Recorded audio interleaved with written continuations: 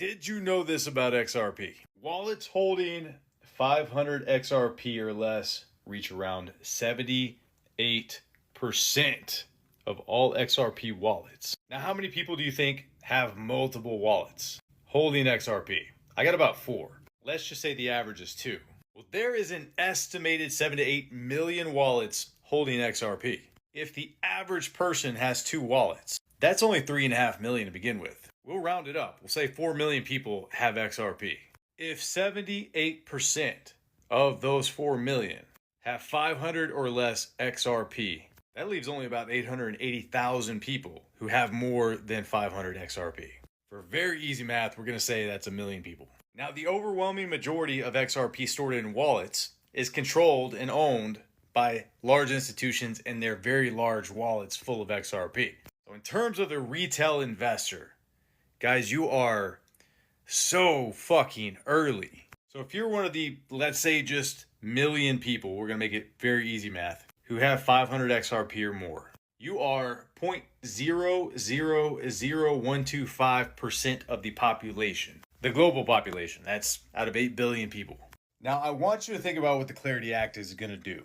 The Clarity Act is the green light for institutions, for banks, for everybody, all financial services to start using blockchain and crypto. So if we're not going to consider, let's leave out treasury companies. Let's leave out banks who are going to have to hold some type of XRP reserves for liquidity. Let's hold out any governments that might hold XRP for their treasuries. What happens when you have a top 3 digital asset and everybody has access to crypto through their banking app, or whenever they log into whatever app they have with their retirement plan, whether it be Fidelity or State Street or whatever, and they can go on and buy these digital assets directly through the services and providers that they already trust. When everybody has access to it and it's right in everybody's faces and they know their banks are buying it, they know other people own it, they see XRP being traded through these ETFs, these different funds. Well, guys, about 79% of the global population is banked.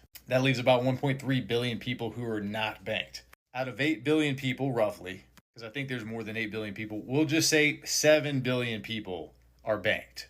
Log in to some type of banking app or some type of retirement fund. More people will learn about crypto. What happens when 7 billion people want a piece of the pie? I think the circulating supply of XRP is going to gradually dwindle. But as of right now, there's just over 60 billion circulating XRP. So what happens when 7 billion people want a piece of that pie? If 60 billion XRP was evenly distributed against the 7